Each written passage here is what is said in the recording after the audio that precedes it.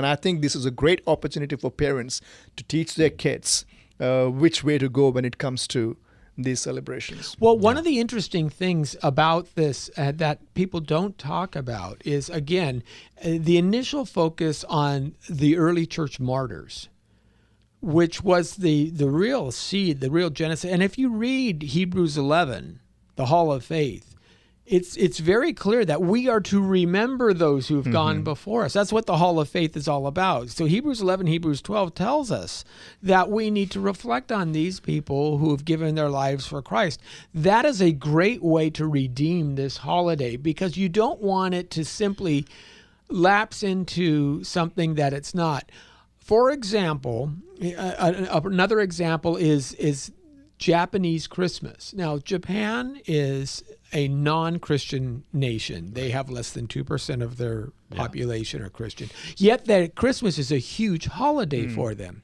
What's interesting about Christmas is a huge holiday for them. One of their traditions is everybody has to go and eat Kentucky Fried Chicken. Yes. Now, why is that? Colonel Sanders is their Santa Claus. It is. Yeah. Why? Because in the 1980s, an American who was stationed in Japan was feeling sad. He was away from home. He wouldn't have the traditional Christmas turkey dinner, and you can't find turkey in Japan. They don't have, right? It's just not the bird there. Right. So the closest he could get was Kentucky Fried Chicken, and he got some friends over, and it started to become a tradition. And the Japanese, who started to become more and more westernized, especially in the 80s, would watch American television, and they would say, well, we want to celebrate Christmas too. But what they found is they started celebrating it almost the way we celebrate New Year's Eve. It became an idea of parties, right? It was all of the secular trappings of Christmas with none of the meaning of Christ. And what's sad is, and I actually wrote an article on this, make sure you're not celebrating a Japanese Christmas, because a lot of people will do that. They'll buy the gifts, they'll put up the tree, but there's no Jesus there.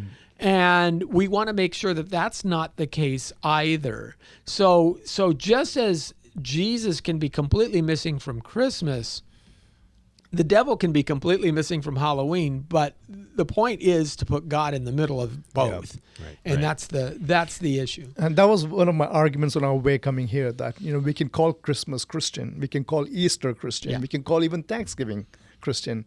Are we there where we can call Halloween as Christian? Right.